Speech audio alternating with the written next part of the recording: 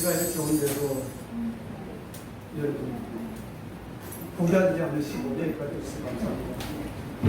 오늘 제목은 4대 교회의 명예라는 제목으로 그 남은 바 죽게 된 것을 굳게 하라는 제목으로 말씀을 전해드립니다. 지난 시간에서도 목사님이 이 4대 교회에 대해서 자세히 말씀을 드렸습니다. 4대는 사르디아, 4대는 리디아 왕국의 수도라고 말씀했습니다. 그래서 특징은 당시의 4대 도시는 그야말로 난공불락의 도시였어요. 우리 난공불락을 들으면 아무리 쳐들어가고 싶어도 쳐들어갈 수 없는 그런 요새 중에 요새예요. 우리 지난 구약에 보면 바벨론 있죠, 바벨론 성이 완전히 난공불락의 성이었어요. 그 성을 쳐들어가려면 회자라는 물이 있어요. 그 물을 건너가야 그 성을 들어갈 수 있다는 거죠. 그리고 그 성은 이중으로 되어 있어요. 하나를 통과해도 또 성이 또 막혀 있는 거예요. 그런 성을 가리켜서 난공불락이라고 그러고, 또 있는데 그 성이 예루살렘 성이었어요. 예루살렘도 높은 지대에 있기 때문에 아무나 쳐들어갈 수 없는 그런 성들을 가리켜서 난공불락이라고 하는데, 이 성을 탈환했겠습니까? 안 했겠습니까? 4대 성을 했다고 했죠. 기억이 잘 나시네요. 그리고 이 4대에는 가로지르는 강이 있었는데, 그 강을 헤로도투스라는 강이 있어요. 강줄기가 그 성을 이렇게 지나가는데, 근데 그게 뭐가 있냐면 사금이 있다는 거예요. 무엇이라고요? 사금. 금 알죠? 금. 보통 우리가 금을 캐려면 물을 타가지고 들어가서 캐잖아요. 그런데 사금은 어린아이들은 노인이든 누구나 강물에 가가지고 요즘 같이 시원한 여름에, 더운 여름에 발로 들고 들어가면 얼마나 시원하겠습니까? 그리고 발것도 필요 없습니다. 바구니 하나 있으면 돼요. 바구니 가가지고 이렇게 돌을 이렇게 트면 그 뭐가 반짝반짝하는 것이 무엇이겠어요? 금이라는 거예요. 직접 얼마나 요즘 또 금값이 비쌉니까? 그렇게 이와 같이 정말 부러운 도시가 이 4대 도시였다는 것이죠. 그래서 한때 이곳은 바사 제국, 페르시아 제국의 소아시아 지역 수도로도 번성했다고 합니다. 그래서 오늘 말씀드리고 싶은 것은, 자, 그러면 이 황금이 많은 이 도시에 누가 최고의 부자였겠습니까? 당연히 그 나라 왕이겠죠. 그래서 그 나라 왕 당시에, 고레스 당시에 그 나라의 왕 이름이 누구냐면 거이소스라는 왕이 있어요. 유명한 왕, 거이소스 왕이 있었는데, 이분은 돈이 많으니까 주변에 있는 유명한 그 현자들을 불러들여가지고 그들의 말을 듣는 거예요. 강의를 듣는다는 거예요. 그러니까 유명한 사람들이 그 지혜로운 말씀을 들으니까 이 사람은 지혜롭겠습니까? 안 지혜롭겠습니까? 그렇죠. 그래서 지략가라는 거예요. 지략가. 그래서 이 사람은 황금도 많고 지혜도 많은 아주 유명한 지략가, 탐낼 만한 그런 왕이었다는 것이죠. 그래서 제가 이제 하나의 일화를 소개드리면, 당시에 이제 고레스 왕 시대에 고레스 왕이 아시죠? 고레스 왕, 바사 왕, 고레스 왕이 이 이제 바사 사람인데, 메대가 자기 할아버지 땅이에요. 엄청 크죠. 자기는 소국이고. 그래서 그 둘을 통합시키는 거예요. 고레스 왕이. 그래서 바사와 메대가 통합되는 거예요. 그리고 쳐들어간 곳이 어디냐면 이 리디아 왕국이에요. 그래서 리디아 수도를 가니까 가서 이제 겹겹이 부의를 한 거예요. 리디아 왕국 4대 성을, 4대 성이 무너져야만이 리디아 전국을 다 공유할 수 있는 거예요. 그리고 이제 큰 소리 한번 칩니다. 고레스가 뭐라고 치냐면 너희들은 살았다고 하지만 죽은 자라. 많이 들어본 말이죠. 네. 너희들은 살았다고 하나 죽은 자라고 고레스가 크루시우스 왕에게 한마디 하는 거예요. 그래 놓고 14일이 지나도 아무것도 할 수가 없는 거예요. 사면은 다 바위로 둘러싸여 있고 들어가는 입구는 꼬불꼬불하고 좁아서 군대로서는 들어갈 수가 없는 거예요. 있어는 아무것도 할 수 없는, 큰 소리는 떡볶이 전하는데 할 수 없는 그런 지경에 모이는 거예요. 그러다가 이제 어느 날 보니까 제가 이거 옛날에 저기 동문을 한번 설명한 것 같은데 뭐 기억 안 나시죠? 기억나시면 여러분 치면 되죠. 그래서 그 이제 보니까 그 병사들이 보초를 쓰다가 저 오비에서 쓰고 있는 투구를 졸다가 떨어뜨리는데 떨어뜨린 거예요. 대굴대굴 떨어뜨려 내려오더니 그거를 주로 그 병사가 내려오는데 희한하게 그 파이 틈 사이를 해가 내려가 죽고 다시 올라가는 거예요. 그걸 본 거예요. 이 바사를.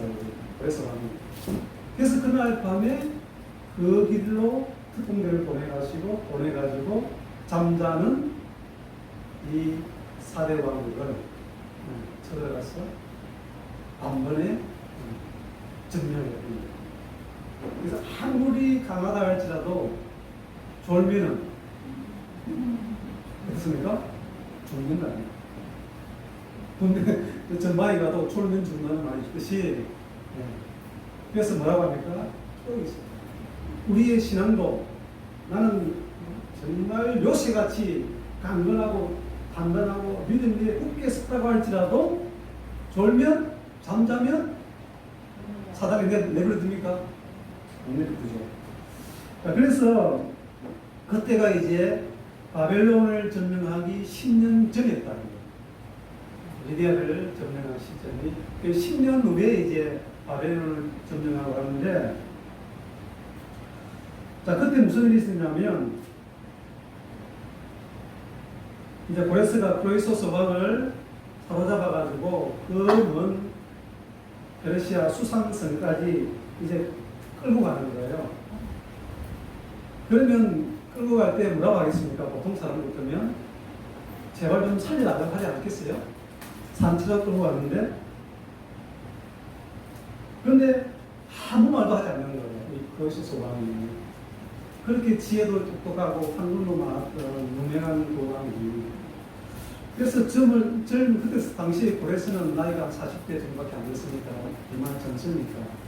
그리고 이 사람은 나이가 꽤 많았었고, 그래서 결국 그 크로이소스 왕을 끌고 가가지고 그 장작 더비 위에다가 세워놓고 불을 질러버립니다. 그 정도 되면 이제 살려달라고 해야 될 거 아니에요. 그죠? 불까지 질렀으니까. 그래도 살려달라고 말 안 하는 거예요. 그래서 고레스가 가만히 보니까 정말 천하의 크로이소스 왕이구나 라고 이제 싶어서 병사들에게 불을 끄라고 지시를 하는 거예요. 그런데 그 불이 얼마나 맹렬한지 아무리 끄려고 해도 이제 끄지지 않는 거예요. 그런데 갑자기 폭풍이 일더니 마치 소나기가 그붙더니 불이 꺼지더라고요. 그래서 고레스가 이제 그 사람 앞에 가가지고, 제가 아직 나이도 어리고 꿈은 크지만 경험이 적고 부족하니 저를 잘 지도해 주셔서 이 천하를 동안에 도움을 달라고 그렇게 이제 이야기를 하니까, 그때서야 이 크로이소스 왕이 허락을 하고 이제 후에 준비해서 바벨론을 점령하는데 일등 공신이 됐다는 것이죠. 그뿐만 아니라 그 후에 고레스가 죽기까지 이 크로이소스 왕은 도왔어요. 고레스를 도와서 천하를 동원하는 데 협력을 했다는 것입니다. 아무튼 우리는 자기 편으로, 원수를 자기 편으로 끌어들이는 그 고레스의 그 지략이나 또 고엑소스 왕의 이런 모든 것들이 천하를 장악하는데 아주 좋은 역할을 했다고 알 수가 있습니다. 자, 아무튼 이 남국 군락에 요새했던 그 사대성, 그 누구도 쳐들어오지 못할 것이라고 자만하고 교만하고 그리고 깨어있지 못한 그들의 나태함에 고레스 왕은 그날 밤 도적같이 그들을 정리하고 있다는 것입니다. 그러니까 이 내용은 오늘 본문 말씀에 보면 주님이 하신 말씀하고 어떻습니까? 네, 그게 같은 내용이죠. 네. 그래서 이와 같은 사대에 일어났던 사건들이 고향에부터 있었다는 것을 우리가 알 수가 있습니다. 그래서 과연 우리의 신앙은 사대 도시 같은 신앙이 아닌가라는 것을 우리가 이 시간 점검해보자 하는 것입니다. 외부와의 단절된 도시. 혹시 여러분들은 자기만을, 외부와의 연결이 없이 자기만을 위한 신앙으로 점점 굳어져가고 있지 않느냐는 거예요. 그러면서 아름답고 살기 좋은 부유한 성, 또 어떤 것이 유료가 되겠습니까? 이 성은, 이 교회는 발람이나 이세벨의 교훈도 비껴간 교회입니다. 다른 교회들은 발람이나 이세벨로 말미암아 책망을 받았지만 이 교회는 그런 것도 없어요. 안전하다는 거죠. 얼마나 살기가 좋습니다. 이러한 좋은 환경이 오히려 그들의 내면에 죽음이라는 그가 처방을 주님으로부터 받게 됐습니다. 모두가 안심하다. 우리 성은 안심하다. 안전하다. 할 그때에 주님은 뭐라고 말씀했다고요? 죽게 됐다는 거죠. 스스로를 위로하면서 신앙생활을 했지만 그러나 점점 그들은 조금씩 죽어가고 썩어가고 있었다는 것입니다. 그리고 그들 스스로도 아무도 썩어가고 죽어가는 것을 알지를 못하고 있었다는 것이 더 큰 문제라는 것입니다. 외적으로 보기는 모든 교회가 부러워할 정도로 그들의 교회는 문제가 보이지 않는 사례교회였습니다. 하지만 그들의 내면에서는 외적으로는 나태함과 타락함과 그리고 점점 세속화되어가고 죽어가는 교회가 바로 이 사대교회였던 것입니다. 여러분, 그렇다고 해서 우리가 황금을 돌같이 여기라는 것도 아닙니다. 황금 좋으시죠? 돌같이 던져버립니까? 그럴 수 있습니까? 돈 좋죠? 그렇다고 돈을 터부시 여기라는 것도 아닙니다. 여러분, 청빈낙도라는 말 아시죠? 청빈낙도. 어릴 때부터 많이 배웠지 않습니까? 청렴 결백하고 가난하게 사는 것을 옳은 것으로 여기고 즐긴다는 것이에요. 얼마나 멋있는 단어입니까? 그래서 이런 말들은 우리 어렸을 때부터 들었고 부모님부터 할아버지부터 많이 들었기 때문에 참 너무나 좋은 단어이죠. 어찌 보면 이것은 동양적인 사고라고 할 수가 있습니다. 그래서 이런 말을 들으면서 우리는 부자에 대한 경시하는 경향이 있다는 것이죠. 그래서 앞에서는 우리가 부자를 보면 하면서 경시하면서 뒤로는 부러워하지 않습니까? 엄청 부러워하시죠. 서양인, 특히 유대인들의 경제관념을 잠깐 보시면 유대인들은 전 세계에 노벨 경제학상을 40%가 받습니다. 전 세계 노벨 경제학상 받으면 40%가 유대인들이에요. 억만장자가 거의 전 세계 30%가 유대인입니다. 그리고 100대 기업에도 거의 40%가 유대인입니다. 부럽죠? 여러분 잘 아시는 투자자 오렌 버핏도 유대인이고 또 페이스북, 마크 주거버거도 다 뭐냐면 유대인이에요. 세계 모든 돈을 쥐고 흔드는 자가 누구라는 거예요?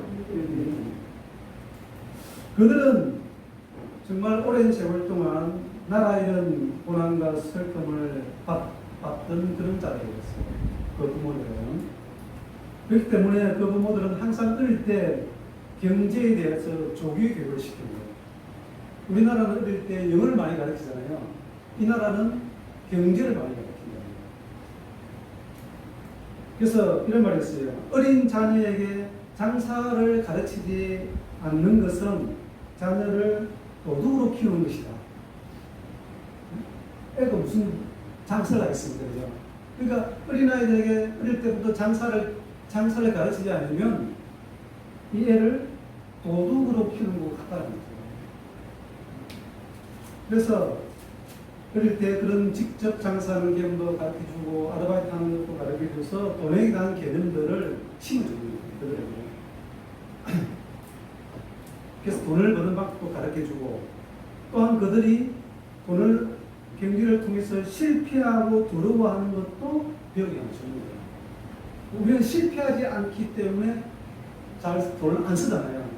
이들의 어릴 때부터 실패해도 계속해서 할 수 있도록 가르친다는 거예요. 또 더 중요한 것은 돈을 버는 것만 가르치는 것이 아니고 쓰는 것도 가르친다는 거예요. 그래서 그들은 쓰는 것의 가치를 부여하는 그런 경제 교육을 갖고 자라기 때문에 자신이 버는 돈은 자신의 능력으로 번 돈이 아니라는 것을 가르칩니다. 우리는 내가 벌면 다 누구예요? 누구 것이에요? 내 것 아니에요. 그들에게는 자기가 벌지만 그 버는 것은 다 자기 것이 아니라는 거죠. 가장 기본적인 것은 뭘 드립니까? 12월절을 드리는 겁니다. 또 이것은 다른 사람을 위해서 사용하는 것으로 당연히 생각하게 한다는 거예요. 자기만을 위해 쓰는 것도 아니고 다른 사람을 위해서 얼마든지 기부하고 자선활동에 내어놓을 수 있도록 가르친다는 것이죠. 그래서 서로가 도와가면서 살아가는 것을 어릴 때부터 가르치고 배우게 하는 것을 그들은 한다는 것이죠. 그래서 버는 것도 중요하고 쓰는 것도 더 중요하다는 것을 알게 하시는 거죠. 그래서 가까운 가족부터 시작해서 이웃, 또 멀리는 먼 나라에까지 그런 기부를 통해서 그렇게 하는 것이 그들의 의무다 라고 이야기하고, 그러므로 말미암아 주변이 잘 되고 행복함으로 말미암아 더 넓게 전 세계가 행복할 것이라는 그런 믿음을 가지고 돈을 번다는 것이죠. 어떻습니까? 여러분 그런 교육 받고 자랐습니까? 평촌을 가도 우리 이런 교육 안 받지 않습니까? 그리고 그들에게는 공짜 돈이 없다는 거예요. 공짜 돈. 불로소득이 없다는 거예요. 용돈은 무엇입니까? 불로소득이라고 생각합니다. 용돈도. 그래서 그런 말이 있죠. 물고기를 주지 말고 물고기를 잡는 방법을 가르쳐야 합니다. 물고기 주는 것은 그건 공짜지만 그 방법을 가르쳐주면 평생을 자기가 살 수 있는 거죠. 그래서 노동이 없는 소득은 없다라는 것을 어릴 때부터 가르친다는 거죠. 그래서 우리나라를 비롯한 동양인들은 학교를 졸업하면 직장 구하기 위해서 애를 쓰지만 쫓아다니지만 이들은 직장보다도 창업하기에 애를 쓴다. 그래서 우리가 부러워하는 그런 세계의 유수한 유명한 회사들이 유대인들을 통해서 이 세계에 등장해 본다는 것이죠. 그러니까 돈에 대한 개념이 동양과 서양이 다르다는 것을 우리가 알아야 되는 것입니다. 그래서 그런 인식의 차이로 말미암아 많은 것들을 우리가 오해하게 된다는 것이죠. 여러분 오늘같이 다양한 세상에 돈 어디 살 수 있습니까? 지금까지 살아보십니까? 돈 어디 살 수 있었던가요?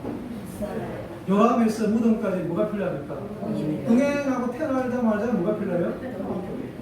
무덤에 들어가기까지 뭐가 필요합니까? 이걸 우리가 터부시 여기서는 안 된다는 것이죠. 그런데 성경은 돈에 대해서 무엇이라고 말씀하고 있습니까? 돈이 죄입니까? 황금이 죄입니까? 황금은 하면 황금이요 돈이고 그게 무슨 그게 죄가 있겠습니까? 돈은 그냥 화폐입니다. 무엇이라고요? 화폐입니다. 화폐는 무슨 역할을 합니까? 교환 수단이라는 거죠. 그렇지 않으면 돈이 없으면 물건 가지고 싸들고 다니면서 가까이 됐어요. 그렇잖아요. 돈이 없으면. 과일을 생산하는 사람은 과일 가져가고 쌀을 생산하는 사람은 쌀을 가져가고 서로 시장에서 모여서 서로 표현할 수밖에 없는 그런 시대가 에너비스트 않습니다. 그런데 화폐를 통해서 교환 수단이 쉽게 되었고 그리고 계산하기도 쉽고 그리고 가치의 저장 수단도 얼마나 좋습니다. 이게 돈 가치 있잖아요. 크면 클수록 얼마나 조그만 거 가지고 다니고 호주머니 들고 다니고 얼마나 좋습니까? 그렇지 않으면 쌀가마니를 쥐고 다니거든요. 보관하기도 얼마나 좋습니까? 예수님도 말씀했잖아요. 가해사건은 가해사건이 죽는 거예요. 하나님 것은 얼마나 좋습니까? 그래서 돈은 섬김의 대상이 아니라 하나의 가치의 저장 수단이라는 것이죠. 여러분 친구를 사귀는데 돈만큼 좋은 게 있습니까? 네? 그죠? 네. 예수님도 말씀하셨잖아요. 불의한 재물로 친구를 쓰고. 자, 그래서 돈이 인간의 삶에 너무나 중요하고 중대하기 때문에 가치 수단이기에 돈을 향한 황금을 향한 인간의 마음에 무엇에 인간의 그 마음에 문제가 있겠습니까? 안 있겠습니까? 당연히 문제가 있습니다. 돈에 문제가 있는 거요. 그 인간의 마음에 문제가 있는 것입니다. 마음에 문제가 있는 거예요. 바울도 그 마음을 지적했죠. 부활해 하는 자들은 시험과 올무와 여러 가지 어리석고 괴로운 욕심에 떨어지나니 어디에 떨어진다고요? 욕심에 떨어지는 것이 돈입니까? 마음입니까? 인간의 마음입니다. 그래서 그 사람으로 파멸과 멸망에 빠지는 자들을 주변에서 많이 보셨죠. 지금까지도 보셨고 앞으로도 더 많이 보실 겁니다. 돈에 대한 인간의 그 마음, 욕망 때문에 일어납니다. 그래서 돈을 사랑함이 일만하게 뭐라고요? 꿀이라고 했죠. 이것을 탐내는 자들은 미혹을 받아 믿음에서 떠나 많은 근심으로써 자기를 찔렀다. 그렇죠? 돈이 일만하게 뿌리니까, 네? 돈이 일만하게 뿌리니까 돈을 사랑하는 그 마음이 뿌리니까. 돈을 사랑하는 그 인간의 마음을 이야기하는 거지. 돈 자체를 이야기하는 것이 아니잖아요. 돈이 악하면 돈 다 버려버려야죠. 그리고 지구를 떠나야죠. 지구에 살고 있는 한 이 돈은 벗어날 수가 없는 것입니다. 탐내는 탐욕하는 그 인간의 마음의 문제가 있다는 것이죠. 그게 뿌리입니다. 그럼 어디서 떠나야 되겠어요? 탐욕에서 떠나고 그 마음에서 떠나고. 네, 탐욕은 믿음에서 우리를 떠나게 합니다. 그렇습니까? 탐심은 우상숭배입니다. 결국 탐욕이 부른 결과는 믿음의 파손인 줄 믿습니다. 그래서 부활이라고 하는 그 탐심에, 그 마음에 시험과 올무가 있을까요? 없을까요? 항상 존재합니다. 그래서 괴로운 욕심에 떨어진다고 말씀하고 있는 것입니다. 여러분 구하고 싶으시죠? 저도 구하고 싶어요. 그런데 마음대로 됩니까? 구하게 되고 싶던 것이 되냐는 거예요. 인간이라면 누구나 구하고 싶은 욕망을 품고 살 수밖에 없습니다. 자, 그러기 때문에 그 욕망을 잘 이용해서 이끌어내서 이용하는 자들이 있겠습니까? 없겠습니까? 그 빠지게 됩니다. 사기치는 사람들은 그런 인간의 욕망을 교묘하게 잘 이용해서 무엇을 놓느냐면 올무를 놓게 돼요. 그렇죠? 시험을 놓게 된다는 거예요. 그리고 뭐 다 걸려들지는 않지만 걸려들 수 있어요, 없어요? 걸려들 한 예를 들겠습니다. 여러분 기획부동산이라고 들어보셨어요? 기획부동산. 근데 아무리 돌아다니도 기획부동산이라고 적어놓으면 없어요. 뭐죠? 들으는 반응 같은데 TV에서 가끔씩 들어보긴 같은데 기획부동산이라고 이렇게 적어놓으면 없어요. 보통 중개소에서. 이 말은 뭐냐면 부동산을 기획을 해요. 어떻게 기획하느냐면 기획을 해서 그리고 정보를 제공해줘요. 목적은 뭐냐면 부당한 이득을 취하는 거예요. 그래서 그런 중개업소나 컨설팅 회사를 가르쳐서 기획부동산이라고 합니다. 그들의 목적은 부당한 이득을 취하는 거예요. 정상적인 이득을 취하는 것은 일반 업소라고 하면 이들은 부당한 이득을 취한다는 거예요. 왜 제가 이런 말씀을 드리냐면 이제 제가 이런 말씀을 드린 적이 없지만 그동안에 많은 사람들이 기획부동산에 걸려들고 그래 앞으로 또 많은 사람들이 걸려들 수밖에 없기 때문에 우리가 반드시 주의해야 된다는 것을 인식시키기 위해서 드리는 것입니다. 그래서 이 올무에 걸려들면 결국은 가정을 파괴시키기도 하고 또한 공동체가 막대한 피해를 입기도 한다는 것입니다. 저도 과거에 부동산에서 근무한 적 여러분 아십니까? 저 백스거든요. 모르죠. 그래서 일반 부동산 중개소와 달리 이 사람들은 일단 땅을 싸게 매입해요. 그러니까 싸게 매입한다는 것은 일반적인 평범한 부동산이 아니라는 거죠. 아니라는 거죠. 문제가 있거나 특별한 땅들을 구입을 해가지고 그것을 이제 거기에다가 올무를 걸어가지고 사람들을 유인하는 거죠. 그래서 그들이 말하는 말에 가장 들어보면 뭘 항상 이야기하냐면 개발지역이라고 해요. 개발이라고 해요. 그게 그들의 올무예요. 그러니까 강한 사람들 다 뭐 때문에 다르겠습니까? 개발한다고 하니까 가격이 엄청 뛰겠다는 게 완전 옵니까? 그럼 내 속에 있던 탐심이 잠자던 탐심이 어떻겠어요? 벌떡 일어납니다. 그러면 눈이 가려지겠어요? 안 가려지겠어요? 쉬워요. 간단합니다. 평생을 그렇게 그들은 노리고 했기 때문에. 그래서 그들은 개발이 불가능한 지역, 개발할 수 없는 그런 지들은 엄청 싸기 때문에 그런 것들을 대량으로 구입해서 구입하거나 또는 과거에는 개발이 잘 되었지만 어떤 이유나 원인으로 인해 가지고 그 땅이 내려앉았을 때 경매로 말하면 나왔을 때 그걸 인수하고 사가지고 이제 파는 거예요.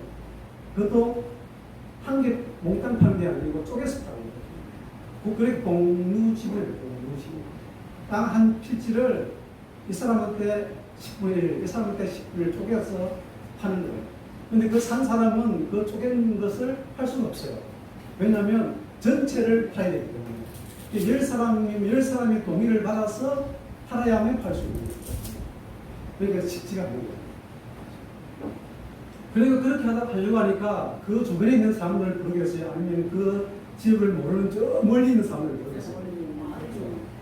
전혀 모르는 사람들을 부르는 거예요. 그리고 그들의 특징은 모든 일 처리를 빨리 해버려요. 왜냐하면 조금만 지체하면 구청 가서든지 서류를 떼보면 또 주변에 있는 부동산 관련해서 물어보면 당장 들통이 나기 때문에 빨리 처리해야 돼요. 더 중요한 것은 10사람에게 팔면 되는데 어떤 지역들은 보면 10사람이 아니라 3,000명을 불러들여서 그 집을 파는 거예요.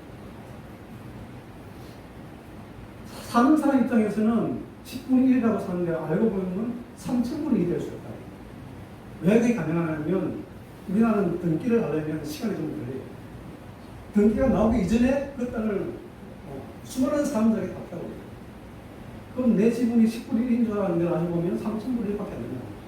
그리고 그 사람들은 날라가요.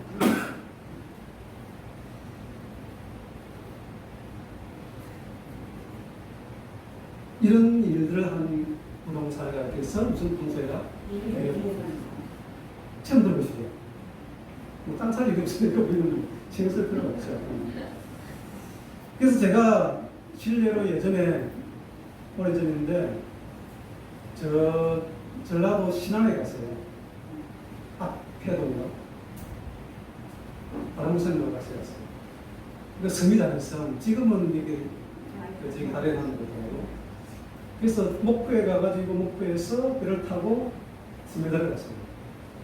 찾아가니까 그 땅을 이제 찾아가니까 어디냐면 바다에 있는 바다를 둑을 막잖아요. 그죠? 둑을 막으니까 옛날에 바다에 있었는데 그 땅이 뭐가 되냐면 논이 된 거예요. 둑을 막아가지고. 근데 사실 저희 시골에도 그런 땅이 있어요. 그걸 갯논이라고 해요. 갯논. 바닷가에 있는 논. 그 땅 비싸겠어요? 싸겠어요? 왜 쌌냐면 태풍이 뭐냐면요. 그럼 바람이 치면 파도가 쳐서 그 저기를 둑을 쳐넘어와요. 얼마나 심해. 쳐넘어와가지고 그 논에 바닷물이 잠기면 그 뭐 심으면 뭐가 어떻게 되겠어요? 이렇게 타고 시커멓게 타서 없어요. 그러니까 어떤 때는 개우 잘하다가 태풍이 안 오면 지어 먹을 수 있고 또 그렇지 못한 곳은 그 앞에는 다 없어게 됩니다. 그런 땅이 뭐냐면 개노입니다. 그게 가보니까 그 논입니다. 그것도 쪼개가지고 자기 지분이 없으니까 지분밖에 없으니까 어느 땅인지는 몰라. 그 전체 두루뭉실에서 그 중에 일부분이 몇 가라는 거죠. 그분 권사님이 돌아가셨지만 전화 한 통을 받고 그 땅을 산 거예요. 그 사람이 개발된다는 그런 얘기예요.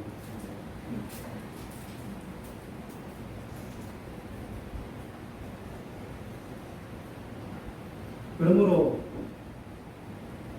제가 지금까지 이렇게 보면서 느낀 것은 무엇이냐면요. 만사에 무엇이든 싼 것만 찾지 마시고 정가를 주고 사면 아무 뒤탈이 없다는 거죠. 과일을 하나 사도 싸게 사면 많이 사보셨잖아요. 집에 돌아가서 펼쳐보면 어때요? 속이 쓰였거나 뒤가 문제가 있거나 항상 다 있다는 거예요. 그죠? 딴 건 마찬가지예요. 꼭 싸게 살려고 욕심을 부리다가 나중에 어떻게 됩니까? 그렇게 되는 거죠. 몇 배를 남기려고 하는 그 욕심이 발을 자초한다는 것입니다. 우리가 예루살렘을 사도 정가를 주고 사야 됩니다. 그런 좀 인식이 좀 바뀌었으면 좋겠습니다. 모든 일이 있어가지고. 지금 4대 교회는 다 죽게 되었습니다. 살았다 하는 이름은 가졌으나 죽은 자가.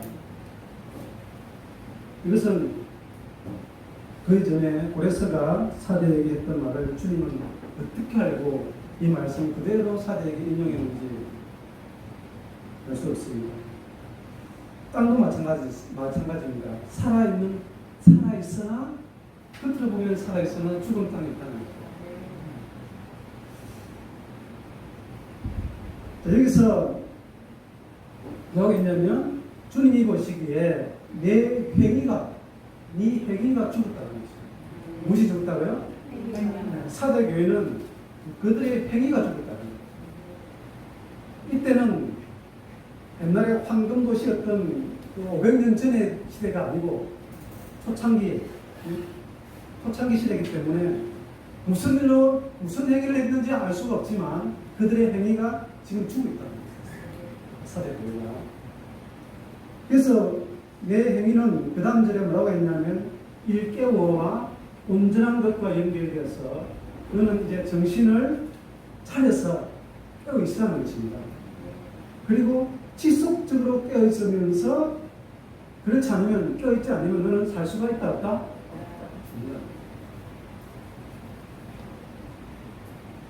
하나님 보시기에 주님 보시기에 그들의 행위는 기준입니다. 기준이 미달돼서 망한 나라가 있죠. 어디입니까? 메네 대결 바벨론이 기준 미달로 말미암아 대사살 왕이 죽고 망하게 되죠. 지금 이런 상황에 놓인 것이 어떤 교회라고요? 사대. 심각하지 않습니까? 세상적으로는 화려하고 그리고 지식도 많고 훌륭한 명성을 가지고 있지만 주님의 눈에는 그들의 영혼은 병들어 있는 것이 아니라 이미 죽어가고 있다는 것이죠. 여러분 앰뷸런스에 실려가는 환자를 알 수 있습니까? 시급합니다. 그러니까 뿅뿅하고 가지 않습니까? 네? 조금만 지치했다가는 10분만 지치해도 죽은 사람 있잖아요. 그죠? 네. 그래도 그 의사는 끝까지 놓지 않고 심장을 누르면서 지금 태우고 있다는 거예요. 충격을 주면서 살리려고 애쓰고 있다는 거죠. 마치 사대 교회가 그와 같은 거죠. 지금 앰뷸런스에 진료하고 있다는 것이다. 진료하고 있는 것이 지금 사대 교회인 거죠. 그러면서 한마디 더 하시잖아요. 그 남은 바 죽게 된 것은 그 나머지 죽게 된 것도 있다는 거죠. 그것을 주님은 알려주십니다. 그래도 이 말은 아직 살 기회가 있다는 것입니까? 없다는 것입니까? 단순히 다 죽은 것은 아니다는 거예요. 조금이라도 불씨가 남아있다는 거 아니겠습니까? 이 불씨를 내버려두면 끓이지만 다시 불어서 살리면 살 수 있는 줄 믿습니다. 그런 임박한 시점에 주님이 오셔서 알려주시는 것은 불을 꺼버리겠다는 것이니까 다시 살리보다는 마음이 더 강하겠습니다. 그런 마음에 감사해야 될 줄로 믿습니다. 그래서 굳게 하라고 말씀하십니다. 탐심을 버리고 이제 깨어 정신을 차려서 죽어가는 것을 붙들고 강하게 하는 것만큼 급하고 중요한 일이 없습니다. 다른 어떤 것보다도 이 죽어가는 영혼을 살리는 것보다 교회가 해야 될 그 시급한 문제는 없다는 것입니다. 다른 것에 지금 신경을 쓸 여유가 없다는 거죠. 이 일에 매진하고 전심을 다해야만이 겨우 살 수 있다는 거 아니겠습니까? 바울은 내가 이제 너희를 위하여 받는 괴로움을 기뻐하고 그리스도의 남은 고난을 그의 몸된 교회를 위하여 내 육체에 채워보겠습니다. 그리스도의 남은 고난이 있습니까? 없습니까? 있으시죠? 이 고난을 회피하면 교회는 서서히 죽어갈 수밖에 없다. 그리스도의 몸을 비유하자면 머리는 예수 그리스도의 십자가를 통하여 살아있어요? 죽어있어요? 부활로 말하면 살아있죠. 머리는 살아있으나 지금 문제는 어디 있다는 거예요? 몸이 이 십자가의 길을 포기하거나 회피한다면 영영이 주의 머리와 안착할 수가 없어요. 알겠습니까? 지금 사대 교회는 주님의 머리가 붙어야 되는데 주님의 머리가 붙을 수 없는 지경까지 이렇다는 거예요. 왜? 썩고 있으니까, 죽어가고 있으니까. 얼마나 주님이 안타까워서 마지막 일깨워주겠습니까?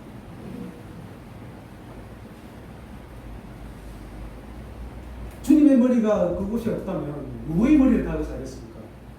뻔하죠.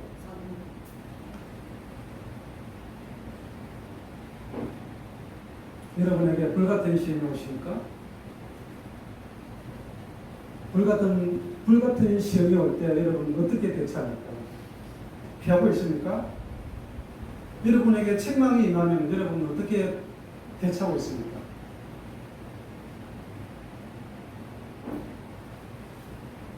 여러분, 책망을 받으면 어떻게 회개하십니까? 네? 어떻게 회개하십니까? 시험이 닥치면 어떻게 회개하십니까?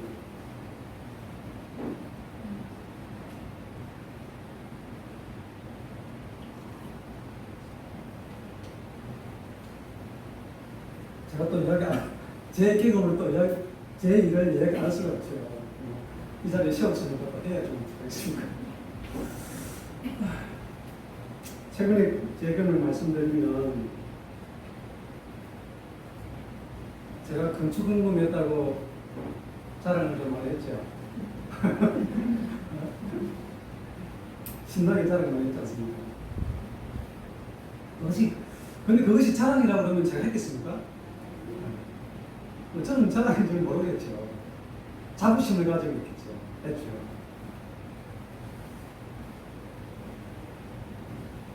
이렇게 말씀을 들어보니까, 이것이 누구의 의다?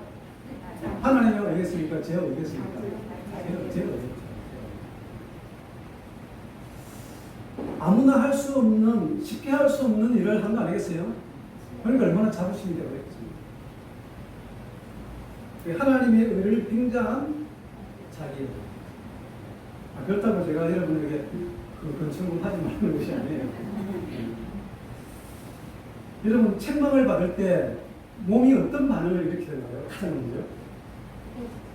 네? 여기서 땀방울에서 땀이 흐르기 시작해요. 그래서 처음에 나는 마스크를 썼기 때문에 땀이 별로 안 그렇게 생각했는데, 마스크 쓴다고 이런 땀은 좀 흘립니까? 안 흘리죠. 안 흘려요. 책망을 받으면 땀이 흐릅니다. 입에서 땀이 줄줄 흐르서 자꾸 흐르니까 이게 눈으로 들어가가지고 눈꺼풀이 따가워 죽겠더라고요. 닦아내면서 나갈 수 없잖아요. 그러니까 목사가 설교 시간에 땀 닦고 나갈 수가 없잖아요. 한편으로는 창피하기도 하지만 또 다른 마음이 있는데 그곳에는 섭섭하더라고요. 여러분 억울하기도 하고, 그리고 지난 수많은 생각들이 막 스쳐져 가는 거예요. 두 마음이 막 요란하고 시끄럽게 내 속에 스쳐가는 거죠. 그날따라 설교 시간은 왜 그렇게 긴지, 설교 시간이 길다고 느끼지 못했는데 책망을 받으니까 왜 그래서 또 설교 시간이 긴지 마치 고통의 시간이더라고요. 속은 가만히 있겠습니까? 부글부글 끓어오더라고요. 오르기 시작합니다. 그리고 속에서 한마디 일어나더라고요. 언제는 건축 건강하라고 그렇게 졸라대야 되는 연도 불사하고 했는데, 이제 와서는 자랑한다고 책망하니까 속이 가만히 있겠습니까? 그리고 그때가 지금 20년이 지났는데, 20년이 지나도 아직도 이자를 내고 있는데, 이자만 내도 원금만큼 됐는데 알아주지도 못하고 그러지. 얼마나 섭섭하겠습니까? 그래서 왜 그때 건축하자고 해가지고, 왜 건축하자고 하라고 해가지고 입모양을 꾸려야 되는가 싶기도 하고 슬프더라고요. 그때 그런 생각이 며칠까지 갔는지 아세요? 네? 딱 3일 가더라고요. 3일 동안 엄청 싸우고 시끄럽더니 그 다음날 되니까 너무 조용합니다.